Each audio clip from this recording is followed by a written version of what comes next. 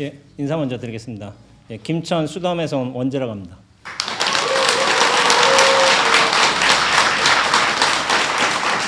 예, 먼저 마야사 창건 12주년 기념 법회에 이렇게 주지 현진 스님께서 초청해 주셔서 너무 감사하다는 말씀을 드리고요.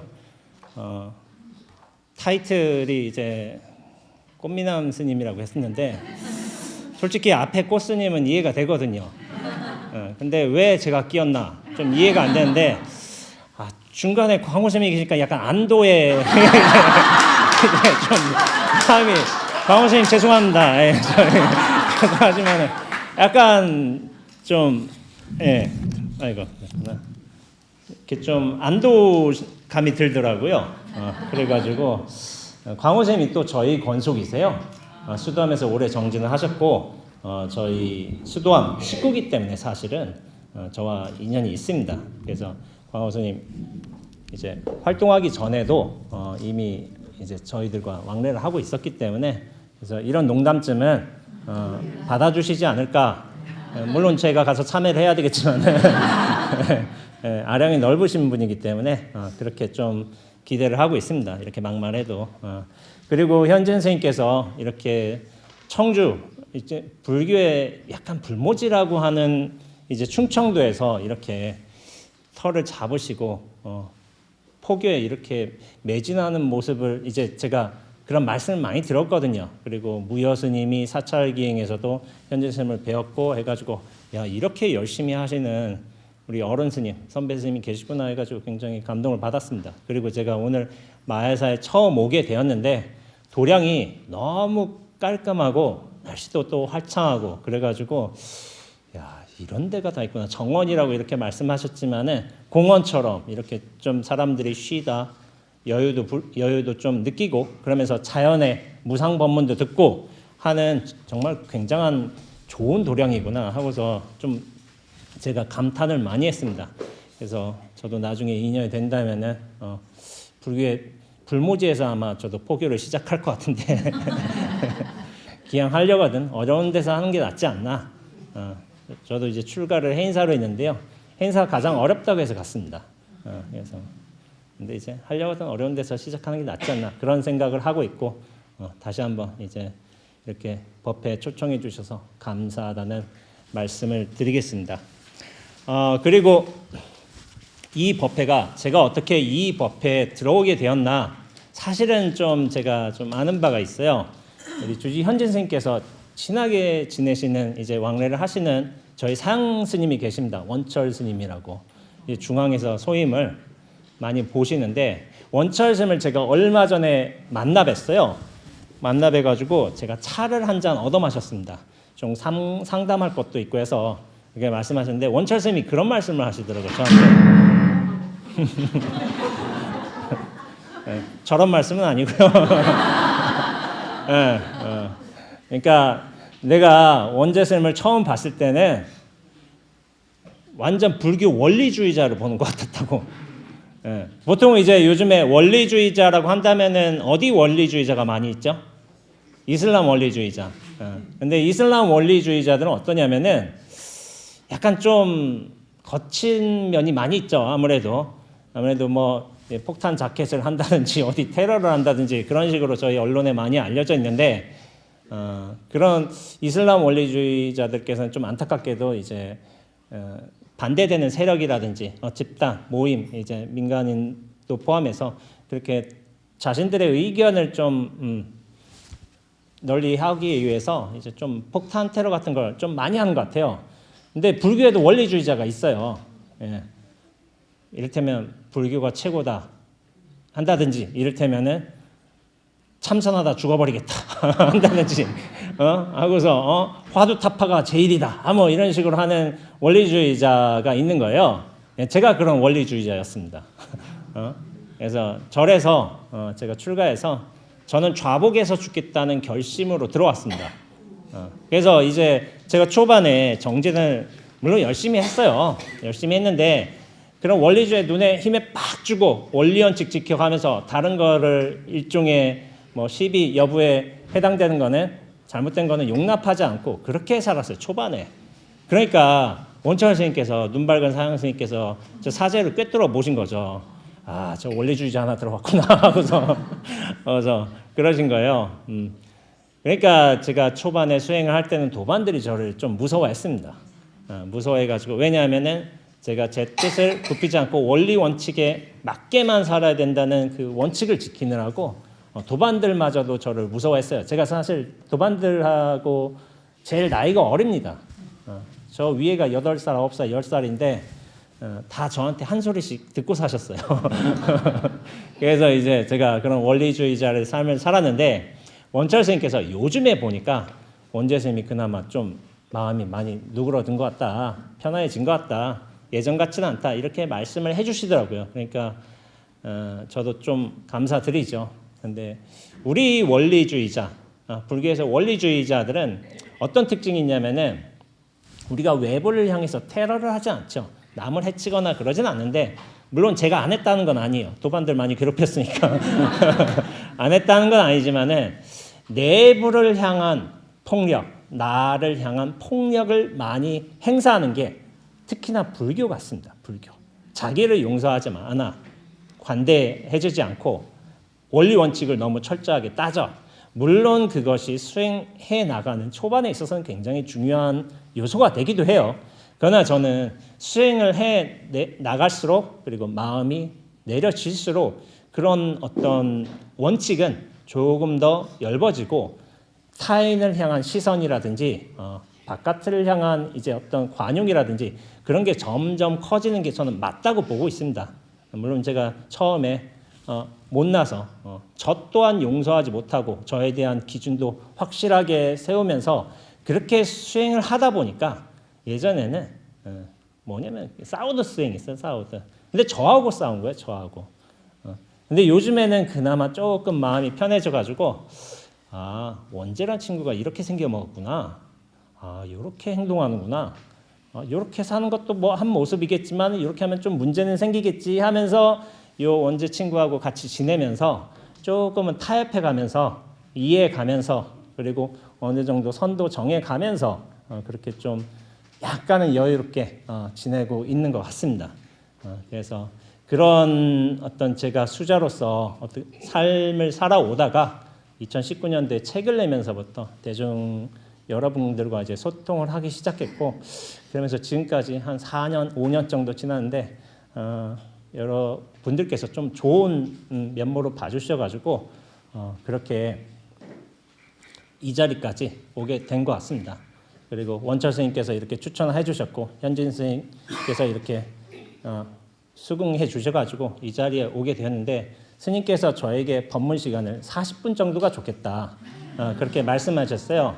근데 제가 자기를 향한 폭력 이거 앙굴리말라 얘기 아닌가? 그래서 앙굴리말라 얘기하다 보면은 또 1시간 넘어가고 20분 넘어가고 그냥 내 마음대로 해볼까? 이런 생각도 했어요. 그런데 그러면은 1시간 반 넘어가면은 대중들도 힘들어하고 괴롭잖아요. 그럼 현진 쌤이 다시 저를 안 불러주신단 말이에요. 그러면 안 되잖아요.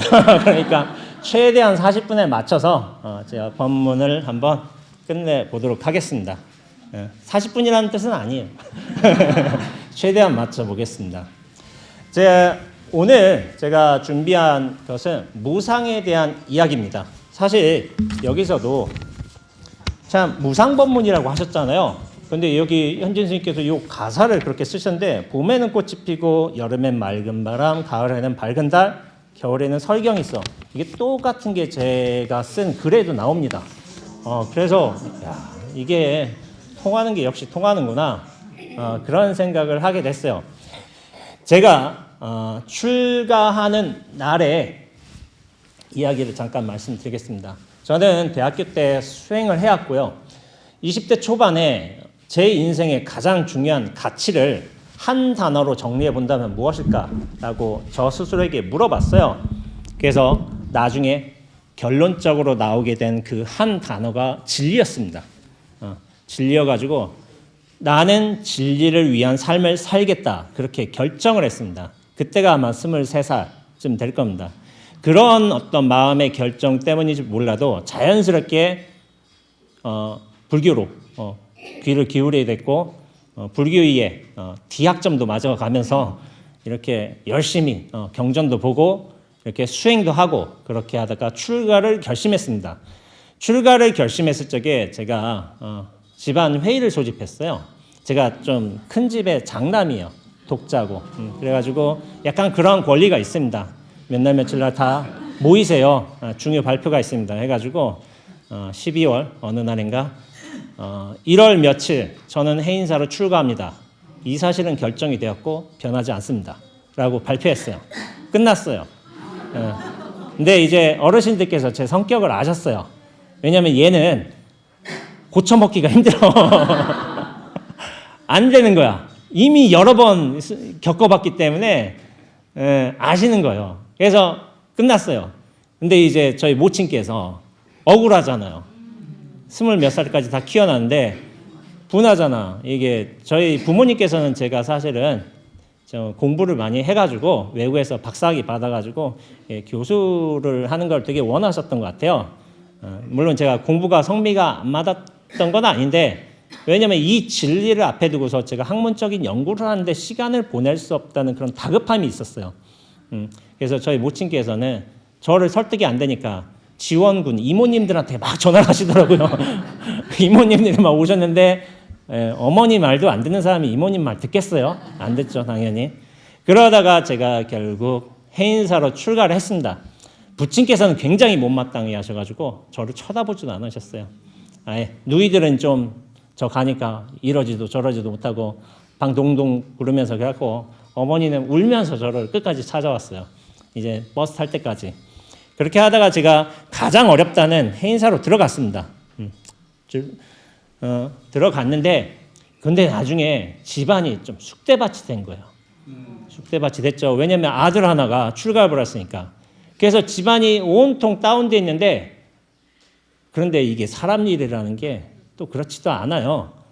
제가 이렇게 집안을 확 다운해놓고 망쳐놓고 쑥대밭 만들어놓고 갔는데 누구한테는 이게 기회였던 거예요. 저희 누이, 윗누이와 결혼을 하려던 저 매형이 있습니다. 그냥만 그분이 이게 지금 상황이 이런 거야. 그러니까 지금이 기회다. 내가 가서 자리를 찾아야 되겠다. 그래가지고 부모님한테 가서 어머니 아버지 제가 이 집안의 아들을 하겠습니다.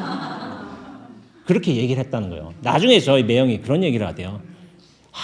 이분 머리 좋다. 저는 그렇게 생각을 했어요. 그러면서 이게 그래요. 누군가에게는 굉장히 어렵고 고난스러운 일이었을지도 모르겠지만은 누군가에게는 이제 자기 삶이 펼쳐질 수 있는 기회였던 거예요. 그러면서 생각나는 게 정해진 법이란 건 없어요. 이것이 옳다 그르다 당한 상황이 있는데 그 상황을 어떻게 활용하느냐에 따라서 자기의 어떤 살림살이, 자기의 어떤 결정 선택이 좋게도 발현이 되는 것 같아요. 그래서 저희 매형께서 결국에는 아들 역할을 하겠다고 선포하시고서 열심히 하셔가지고 결국에는 장가까지 가셨습니다. 저희 누이한테.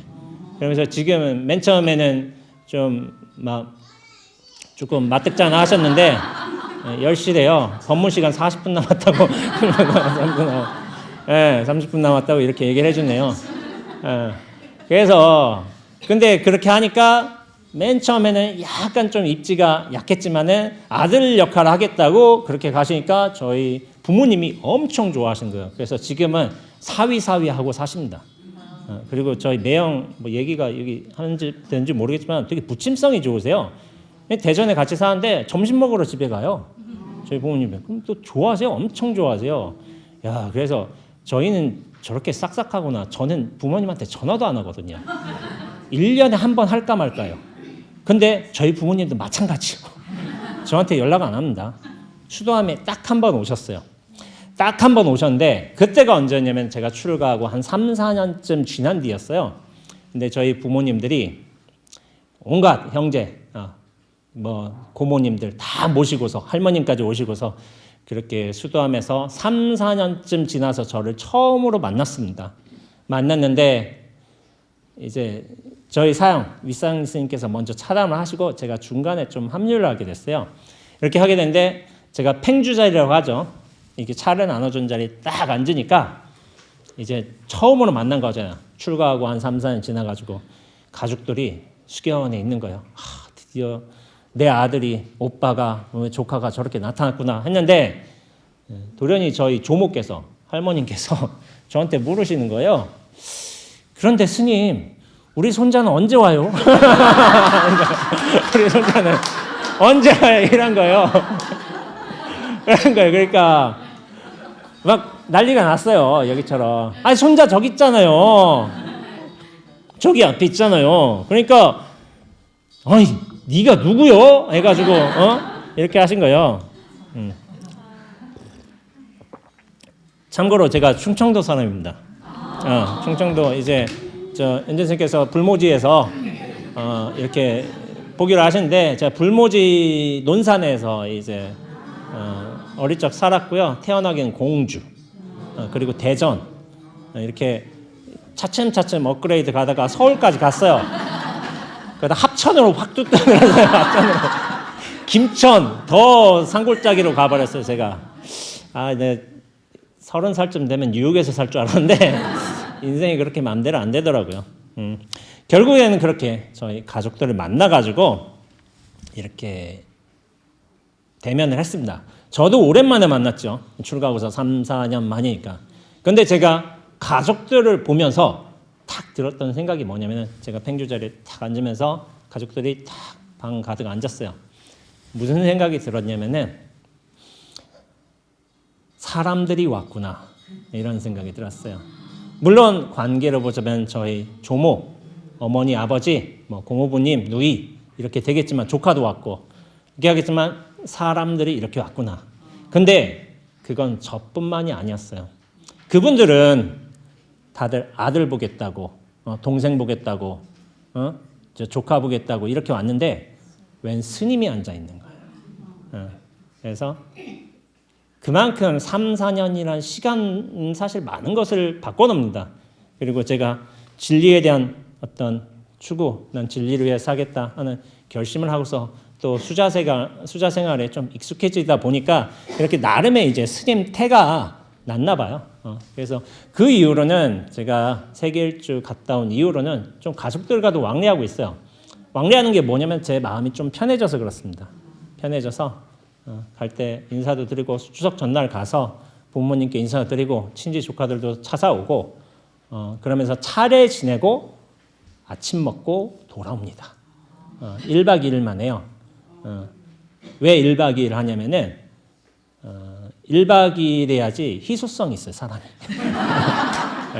그 2박 3일 하면은 3박 4일 하면은 이제 저한테 거실 청소 시킵니다. 이런 난 대접받으려고 왔기 때문에 제가 잔머리가 좋아요. 1박 2일이면 딱 좋아 이게 해가지고 나중에 3박 4일 이러면은 저 논산에 밭일하러 가지고 막 이러거든요. 그건 제가 싫습니다. 그래서 대접받을 수 있는 딱 적정한 수준에서만 제가 가서 지내다 오고 있습니다. 그래서 지금에는 부모님들이 저를 어떻게 생각하실까요? 과거에는 그렇게 미워하셨어요. 서운해하시고 속상하고 그랬죠. 근데 10수년이 지났잖아요. 제가 올해 승납이 19년 차입니다. 19년 차인데 19년 정도 지났는데 저희 부모님들께서는 지금에는 좀 굉장히 좀 안도해 하세요. 과거에는 쟤처럼 고집센 애가 저 같은 제가 어떻게 절 생활을 하겠다고 이렇게 좀 불안해 하셨다고 해요. 근데 제가 뭐 큰 말썽은 안 일으켰어요. 말썽을 안 일으켰다 이건 아니지만 큰 말썽은 안 일으키고 그래도 나름대로 잘 지내오면서 이렇게 보면 뭐 이렇게 법회도 초청도 받고 방송에도 나가고 언론사에 뭐 부처님 오신 날 특집 인터뷰도 나가고 그런 식으로 왠지 좋은 자리매김을 하고 있는 것 같아요. 그러니까 부모님들께서도 되게 안심을 하고 계세요. 지금으로서는. 그리고 저희 부모님들도 친구분이 계실 거 아니에요. 이렇게 불자님도 계시고 또 불자님들이 이렇게 또 원재스님에 대해서 좋은 말씀을 해주시다 보니까 그래서 나름 이제 어깨도 좀 올라가고 그러신 것 같아요. 그러신 것 같아요. 그래서 제가 출가 이야기를 했지만은 제가 이 자리에서 여러분께 말씀드리고 싶은 것은 바로 무상이란 겁니다. 부모님께서 저를 이렇게 하셔야만 했을 때는 굉장히 억울하고 분하고 화도 나고 그렇게 되셨겠죠. 근데 나중에서야 지금에서야 보시니까 제 40대 중반의 나이인데 지금에서 뭐 자기 인생 자기가 결정하고 사는 건데 저렇게 사는 것도 나쁘지 않구나 이런 식으로 마음을 많이 바꾸셨다고 해요. 여기 이제 신심 깊으신 불자님들께서는 아들 제발 한 명 출가했으면 이런 생각을 하시겠지만 이게 마음대로 안 돼요. 절대로 안 됩니다. 저는 절대로 반대했지만 제가 해버렸습니다. 그렇지만은 제가 좀 야가 빠졌어요. 어려서부터. 어떻게 야가 빠졌냐면은 부모님들이 저를 분명히 싫어하시고 이 상황을 수긍하시기가 힘들 수도 있지만은 시간이 흐르면 저를 이해해 주실 거다. 시간은 내 편이다. 약간 그런 종류의 좀 야가 빠짐이 있었어요. 그렇기 때문에 제가 절집에서 자기 수행을 해가면서 이렇게 묵묵히 버티면서 지금까지 수행하고 있었던 것 같습니다. 그러면서 저는 무상이라는 말씀을 드리지만은 보통 무상이라는 단어를 어떻게 쓰시는가요, 여러분들? 예? 잠깐만. 변화하는 거. 보통은 무상을 무상하구나 이런 거를 보통 어르신들께서 좀 많이 쓰시잖아요. 한 12살짜리가 무상하구나 이러면은 쟤 왜 저러지? 인생 2회차인가? 하고서 2번 사나? 하고서 그런 생각이 들 수 있잖아요. 보통 무상하다는 말은 어르신들께서 많이 쓰세요. 젊은 사람이 쓰지 않고 어느 정도 세월을 살아오신 분들이 그리고 무상의 내용물이 어떤가요? 보통은 이렇게 좀 안타깝구나, 좀 서글프구나 그런 느낌이 좀 있죠.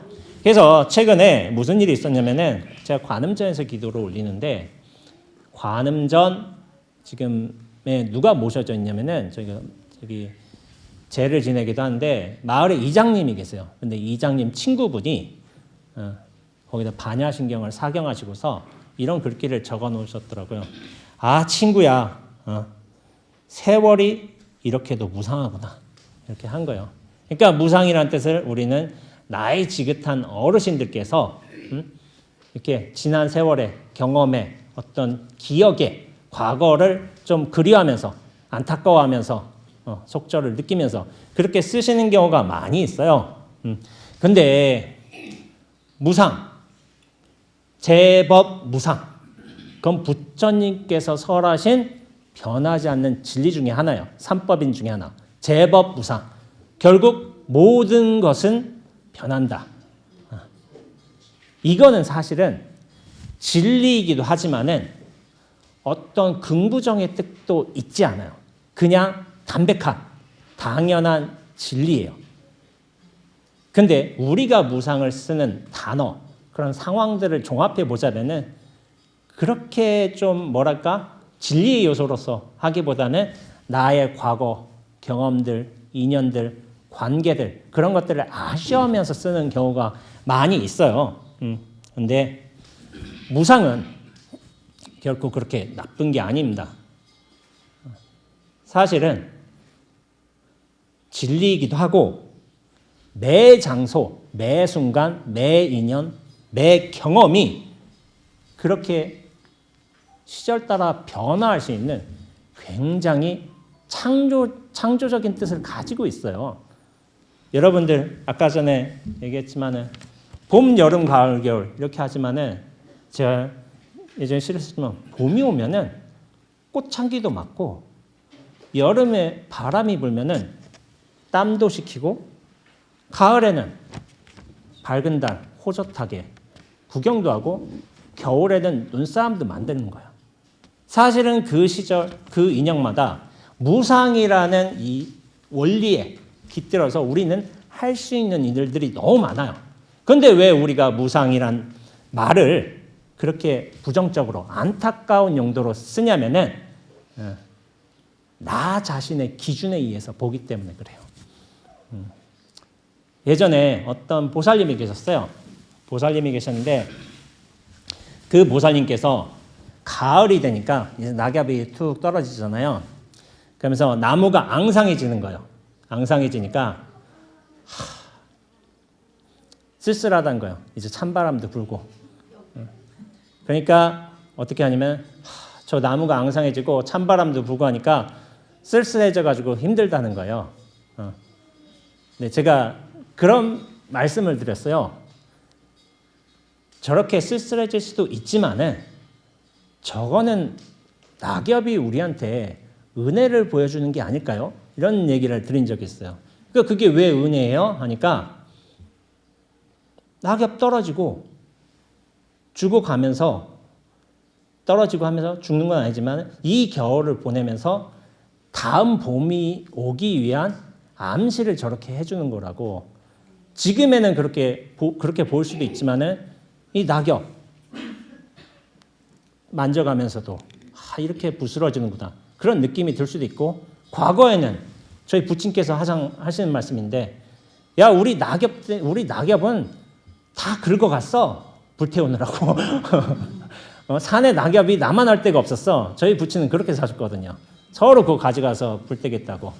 낙엽을 보고 무상함을 느끼지 않으세요? 저거 언제 챙겨가지? 저런 생각을 하신 건데. 근데 요즘에는 낙엽을 긁어가는 사람이 없잖아요. 그러니까 무상함을 느끼고 이렇게 겨울이 오는구나 쓸쓸해지고 그런 거예요. 그런데 결코 소멸이란 게 괴로운 게 슬픈 게 아닙니다. 여러분들 부처님 새벽 종송 할 적에 그런 구절이 있어요. 재불보살 10종 대은이라는 게 있어요. 불보살님의 10가지 큰 은혜라는 뜻이에요. 근데 그게 대충 어떻게 되냐면은 뭐 발심보피연 난행공행은 일양위탄 이렇게 해가지고 이런 은혜들이 있다. 재불보살님께서 그러니까 모든 보살 부처님들의 10가지 크신 은혜라고 해서 이를테면 용맹스럽게 정진하신 은혜라든지 아니면은 한량없는 자비심이라든지 아니면은 뭐 설하신 공덕의 무량함이라든지 이런 식의 말씀을 하시는데, 근데 9번째가 좀 특이해요. 그게 뭐냐면은 시멸생선은이라는 거예요. 시멸 보여주었다 멸함을. 그러면서 착한 마음을 내게 해주는 멸함을 보여주셨다 하는 거예요. 부처님 돌아가셨잖아요. 돌아가셨는데 그게 사실은 우리한테 큰 은혜라는 거예요. 근데 이게 상식적으로 납득이 되지 않거든요. 근데 이게 보면 그래요. 부처님도 물론 진리를 설하시기 위해서 수많은 공덕을 지으시고 지혜를 닦으시고 금생에 카필라국에서 왕자로 태어나서 출가하셔서 수행정진하셔서 깨달음을 주시고 수많은 제자들을 이제 거둬들이셨죠. 그러면서 불교가 퍼지게 하시고, 그러면서도 뭐냐면은 당신이 육체로 온 인연 따라서 80세가 돼서는 또 육체와도 인연을 이제 자연스럽게 접으신 거죠. 근데 부처님도 그런 성주계공이라는 그 몸도 벗어나지 못해요. 육체가 원래 그런 거예요. 그러니까 모든 것은 시작이 있다면 또 끝도 있죠. 탄생이 있다면 죽음도 있는 것이고, 죽음이 있기에 우리가 지금 이렇게 열심히 살 수도 있는 것이고, 자신의 공부를 해나갈 수도 있는 거예요. 죽음이 없다면 이렇게 열심히 하지 않을까? 할까? 저는 그렇게 생각이 들지가 않아요. 그렇기 때문에 죽음을 실제로 그렇게 깨달으신 어르신께서도, 이 진리의 화신께서도 죽음을 보여줬기 때문에 우리로 하여금 지금의 이 생에 집중해서 살 수 있게끔, 그리고 진리를 찾아갈 수 있게끔 그런 은혜를 보여주신 거예요. 그러니까 부처님의 열반도 고귀한 거예요. 그게 안타깝고 슬프고 괴롭고 나한테 좀 서운하고 그런 게 아니라 그것마저도 고귀한 상이 되는 겁니다. 우리도 부처님처럼 육신을 가지고 태어났잖아요. 그러니까 우리의 몸도 언젠가는 무너지게 돼 있어요. 이 세상과 작별하게 돼 있고. 그렇기 때문에 우리가 이 생을 철저하게 부처님 말씀에 따라서 수행을 가면서 자기 공덕도 짓고 보시도 해가면서 그렇게 살 수 있는 겁니다. 그런데 부처님의 죽음은 안타까운 죽음도 아니고 끝도 아니고 열반도 이별이 아니에요. 왜냐하면 그 법이 살아남았잖아요. 법은 무궁무진하게 살아남습니다. 그 가르침은 영원합니다. 그러니까 2600년이 지나도록 저희가 불제자가 돼가지고 부처님의 가르침을 영원히 설파할 수가 있는 거예요. 그러면서 많은 이들이 깨어나고 깨달음을 얻고 그리고 안심도 얻게 되고 그렇게 하는 겁니다. 근데 우리가 대상에만 집중해서는 부처님의 죽은 모습에서만 집중해서는 괴로울 수밖에 없지만 저 낙엽이 떨어진 모습에만 집중해서는 괴로울 수밖에 없고 또 아들내미가 출가해서 나를 배신했다. 이런 생각에 있어서 괴로울 수밖에 없지만은 좀 더 마음을 터놓고 이 생각이 계속 이어질까? 언젠간 변하지 않을까? 내가 여기에 너무 붙들린 게 아닌가? 대상이나 상황에 집착해 버린다면은 그 모든 것이 좀 괴로움 생각이나 감정의 요인으로 다가올 수가 있지만은 우리가 좀 이 생각, 나라는 관념, 집착 생각에서 좀 떨어져서 보면은 이것도 그 모든 무상한 흐름의 한 모습입니다. 모습. 절대로 아쉬워하거나 슬퍼할 필요가 없어요. 이 생이 왔다면은 그 순간순간이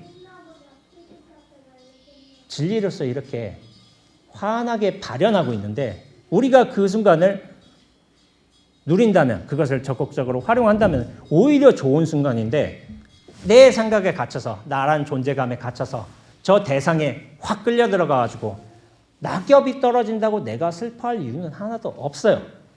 그러나 내가 나라는 존재에서 확 좀 떨어져 나갈 수만 있다면은 저것도 자연이 저렇게 흐름이란 순환을 보여주고 있구나. 인연 따라서 저렇게 모든 것을 떨궈낼 수 아는 저런 흐름의 일부가 되어 있구나 해가지고 자연을 은혜로서 어떤 공부의 대상으로서도 교사로서도 그렇게 삼을 수가 있는 거예요. 그런 교사로서 가르침을 가장 많이 받으시고 그걸 설하신 분이 현진 스님 같으십니다. 제가 볼 때는.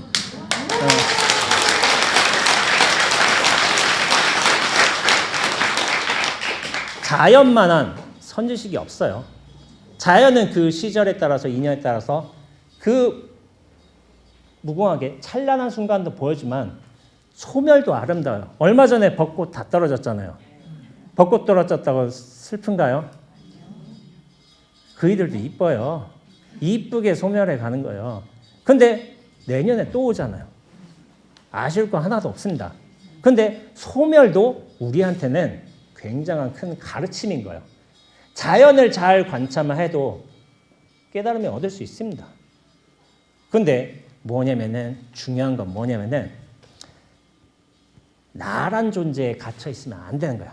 내 생각, 내 관념, 나란 존재감 그런 것에 갇혀 있다면은 자연이 무상법문을 이렇게 여실하게 설하고 있는데도 저렇게 풍경이 저렇게 때려대고 있잖아요. 제발 깨달으라고. 나 이렇게 열심히 법을 설하고 있는데 지금 뭐 하고 있는 거냐. 이런 식으로 하는 거예요. 저희만 그러겠어요? 좀 전에 파리도 왔다 갔다 하면서 나 좀 보라고. 유정설법을 하는 거예요. 이렇게 내가 팔랑팔랑 거리고 있는데 저희도 정말 최선을 다해서 법을 설하고 있는 거예요. 자연도. 근데 우리가 왜 자연의 법을 듣지 못하냐면은 나란 존재에 갇혀 있으면은 무언가를 취하고 싶어 해. 의미를 고정하고 싶어 해. 그러면서 나의 감정과 생각을 교착시켜 하고 싶어 해. 그렇기 때문에 사실은 괴로운 거예요. 그 모든 괴로움의 원인은 나 때문입니다. 나 때문에. 나란 존재가 사실은 좋은 것도 아니고 나쁜 것도 아니에요. 근데 뭐냐면은 우리가 부처님이 설하신 삼법인 중에 또 하나 가르침이 뭐냐면 제법무아예요. 제법에는 모든 것에는 고정된 실체랄 것이 없다.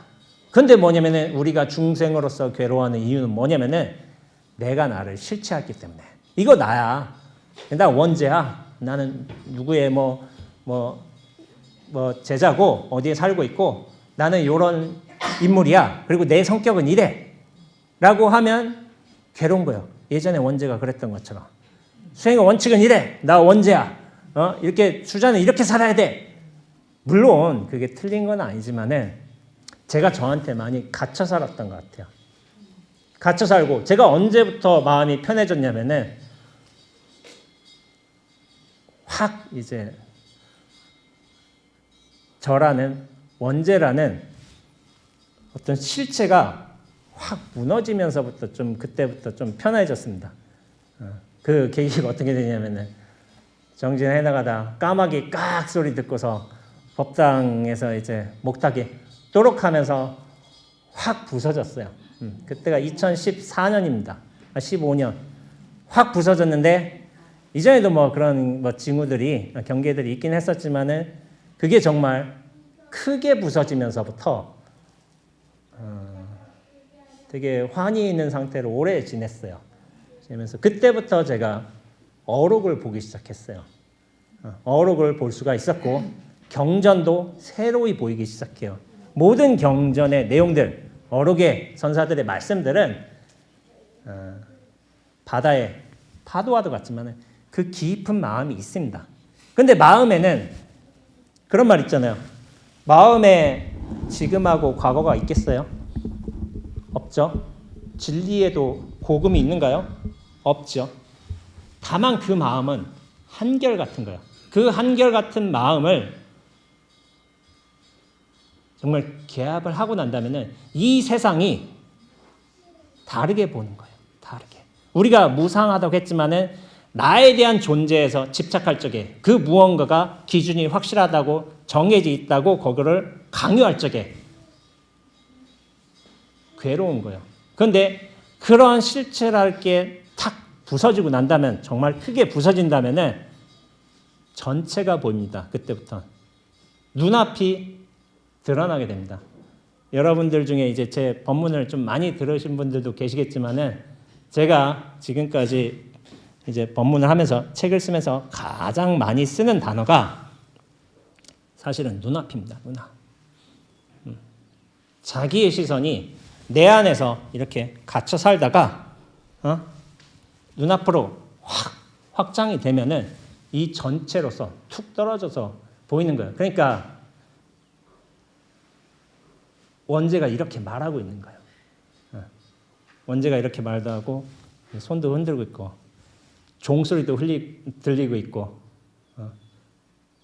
공기는 이렇게 약간 후덥지근하고 있고 이 모든 상황이 전체로 한꺼번에 펼쳐진 거예요. 근데 눈앞이 얼마나 대단해요.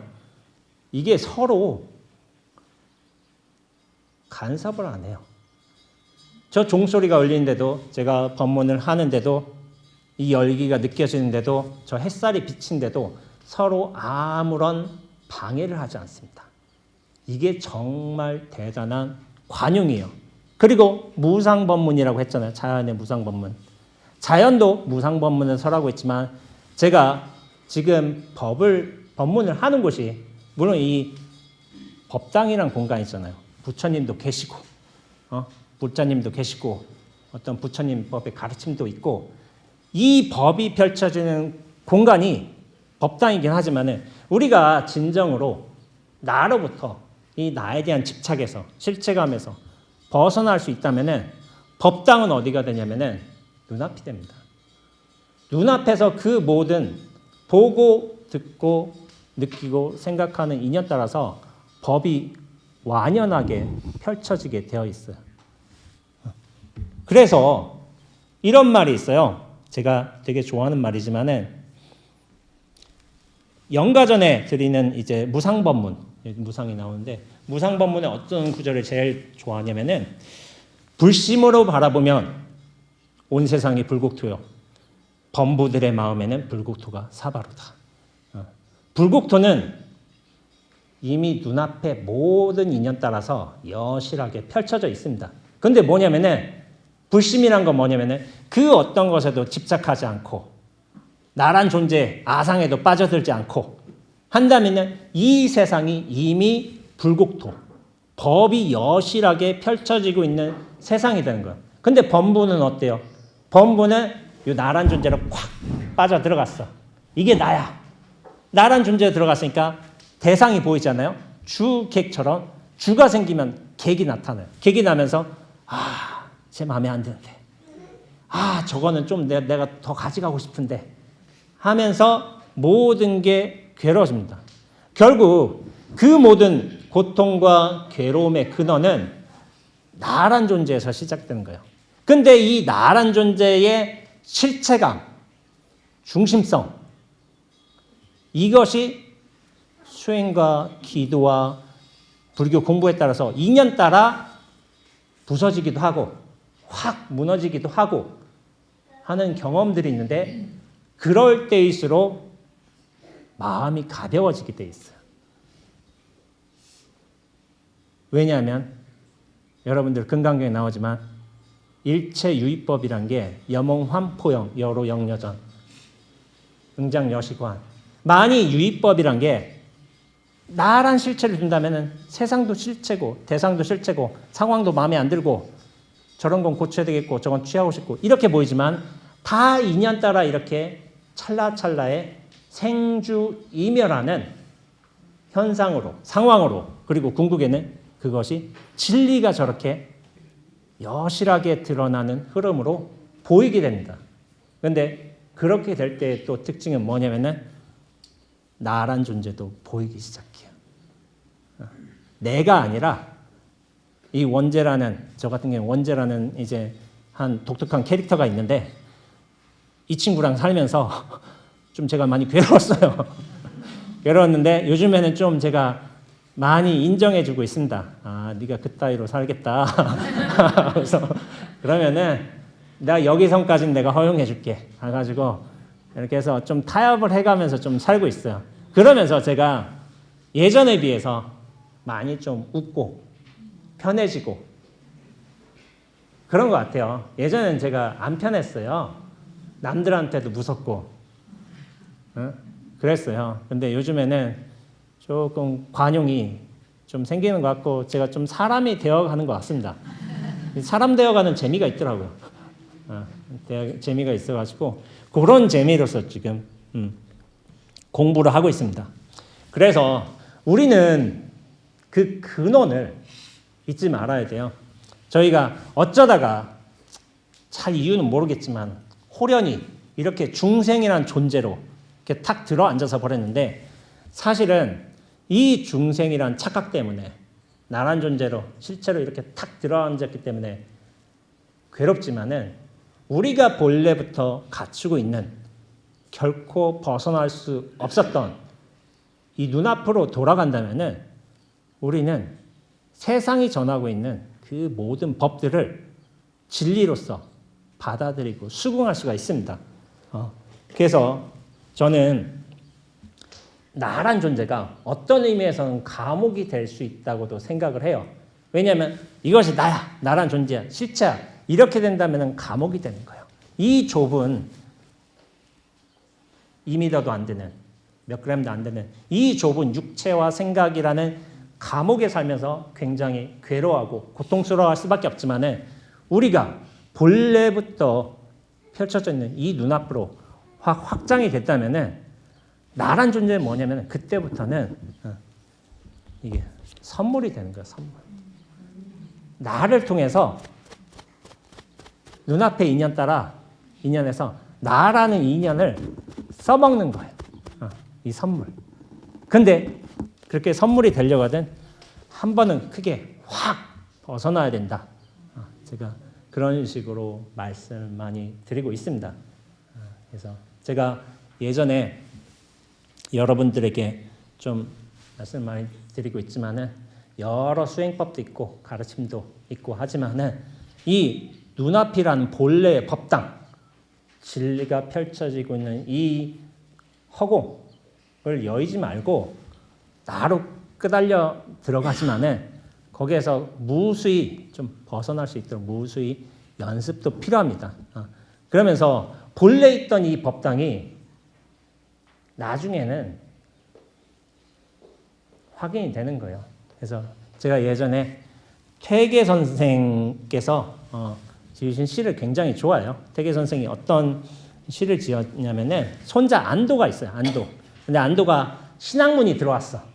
신학문이 들어와서 야 신학문의 시대다 해가지고 야 이거 말하자면 지금 말하자면 이제 동양 철학이지만 야 서양 철학 야 니체 하이데거 이런 거를 다 공부하자 하지만은 사실은 동양에 왜 그 진리가 왜 없겠어요?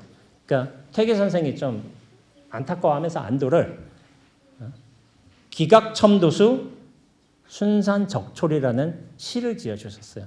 그건 뭐냐면은 가까이 있는 단 복숭아는 거들떠보지도 않고 쓴 돌배에 따라 온 산천을 헤매고 있구나. 이 복숭아가 맛있잖아요. 이게 마당에 있어. 이미 다 펴 있어. 근데 뭐냐면은 그걸 못 보는 거야. 눈앞에 두고도 보지 못해. 그러면서 뭐냐면은 온 사방천지를 헤매면서 야 돌배 찾겠다. 돌배 그 맛이 있긴 한데 나름의 맛은 있긴 한데 복숭아보다 맛있겠어요? 원래 우리가 그런 보물을 눈앞으로서 갖추고 있는데 대상에 팔려가면서 상황에 집착하면서 이렇게 온 사방천지를 떠돌고 있는 게 우리의 모습이란 거예요. 그거를 이제 다른 경전에서는 또 치고라고 온갖 바깥으로 마음이 향해 있다. 대상에 쏠려 있다. 이런 식으로 표현하기도 합니다. 그러나 이 공부는 굉장히 단순해요. 실체감 하나 걷어낼 수 있다면 눈앞으로 법문이 펼쳐지게 되어 있습니다. 그러면서 너무 단순하게 봄에는 꽃향기 맡으면서 진리가 이렇게 훅 들어오는 것이고 여름에는 땀을 이제 닦으면서 촉촉하잖아요. 이런 진리가 들어오는 것이고 가을에는 밝은 달 보면서 내 마음도 확 밝아지는 것이고 겨울에는 또 눈사람 만들면서 이렇게 재밌어지는 겁니다.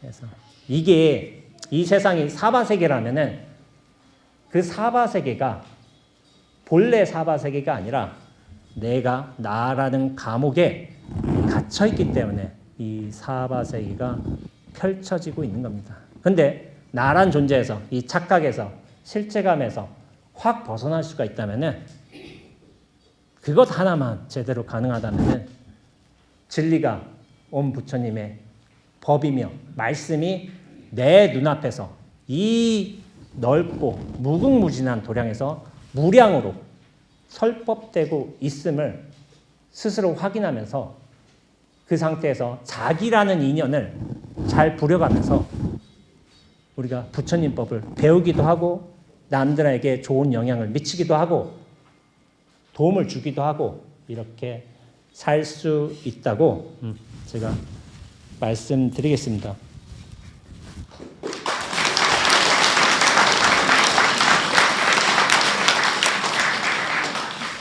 불사란 거는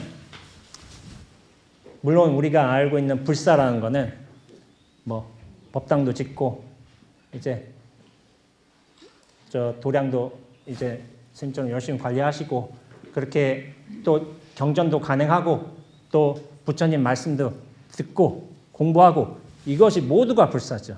근데 진정한 의미의 불사는 뭐냐면은 우리가 나라는 존재, 착각에서 벗어나서 눈앞으로 돌아가면서 우리가 보고 듣고 느끼고 생각하는 일들이 그 모든 일들이 진리에서 한치도 벗어나지 않았음을 확인한다면 그것이 내가 불사를 행하고 있는 거예요.